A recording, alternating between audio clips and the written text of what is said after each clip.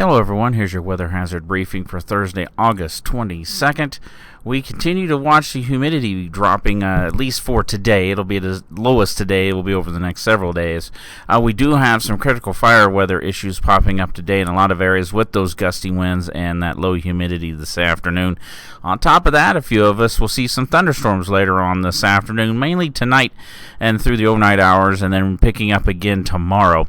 And some of those thunderstorm outflow winds, especially around Bear Lake today, will be around 45 miles per hour. A little more of a widespread issue tomorrow as we get more storms over the area. We're still advertising a much cooler weekend headed our way. Some of us, especially up north, will see some showers with some embedded thunderstorms. And yeah, it is late August, but we do have to talk about a little bit of very high mountain snow in the forecast. Satellite so far doesn't have a lot over the state of Idaho, but you can see our big area of low pressure churning offshore. That's already sending its first wave of moisture through Oregon and Washington. Some of that is getting in here later on today, especially tonight. We're also going to be pulling in some moisture down across the Four Corners area. That'll be lifting north and eastward and eventually north and westward over us later on this evening and tonight. We do have some higher risks, some higher issues. We do have a major risk listed where we have our red flag warning today for those winds in RH. Also, some of those evening and overnight thunderstorms over the Snake Plain and over areas east of I-15. Moderate risk on our matrix for other areas that the humidity's up a bit and or the winds are just not quite hitting threshold. For tomorrow, we've got showers. We've got a few thunderstorms around. It will be breezy. Luckily, the humidity comes up tomorrow. Otherwise, we may be staring at some more red flag conditions, critical weather conditions because of the wind in RH. We may have to watch for thunderstorm coverage tomorrow as well. But you'll see, going into the weekend, early next week, not much going on. We only highlighted over the Central Mountains in a few spots Saturday night, Sunday morning because of that risk. If you're going, say, up around Bora, that elevation, just be prepared. It's going to be cold. It's going to be breezy. And you're going to see a little bit of wet snow Saturday night into Sunday morning up that high as well. So looking at how things are going to progress today, we're going to see as we go through the afternoon, maybe a few storms, not much, just a storm or two, very minimal chance up around Salmon, up in the Central Mountains. Also trying to develop around Bear Lake late afternoon. But as we go through the evening, that's when we'll see just a few storms lifting northward and eventually trying to lift north and west into the Central Mountains. Not much there.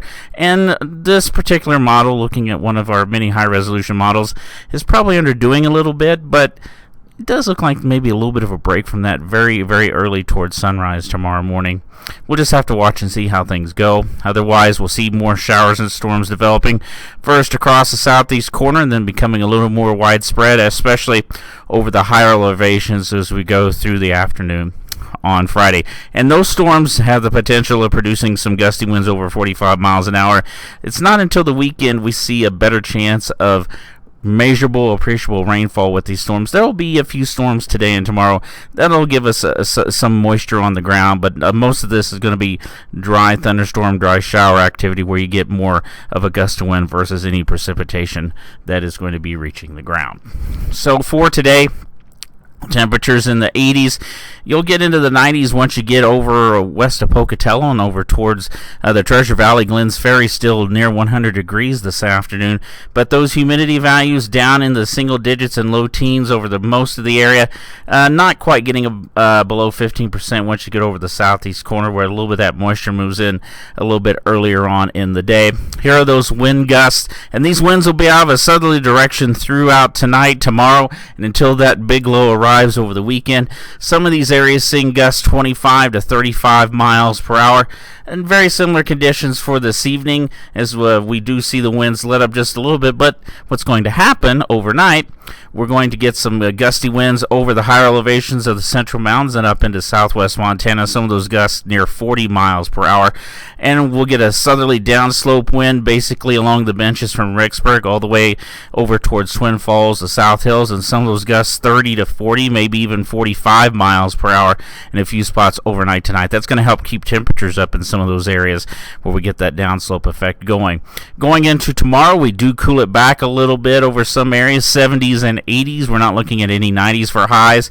The humidity does come up. We don't have many areas that have a humidity below 15%, which with the wind we're expecting for tomorrow, some of those gusts 40 to 45 miles an hour, maybe above 50 over the higher elevations of the central mountains and into southwest Montana.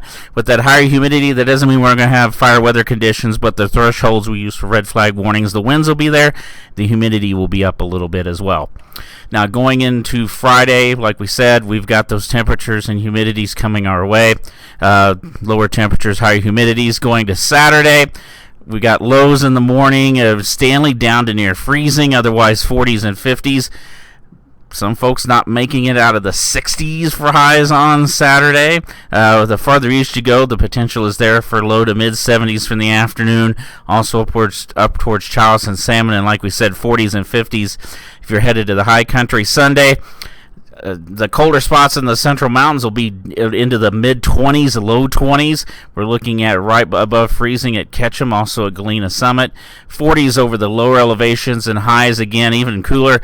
Not many area folks getting above 70 for highs on Sunday, and again 40s and 50s if you're headed up to the mountains. So once again, we do have critical fire weather conditions in a lot of areas today. It's going to be breezy. We got low humidity. The winds around tomorrow, the humidity comes up. We also have some moisture moving in, so do expect some thunderstorms starting in the southeast quarter, shifting north and northwest this evening and overnight with some gusty winds.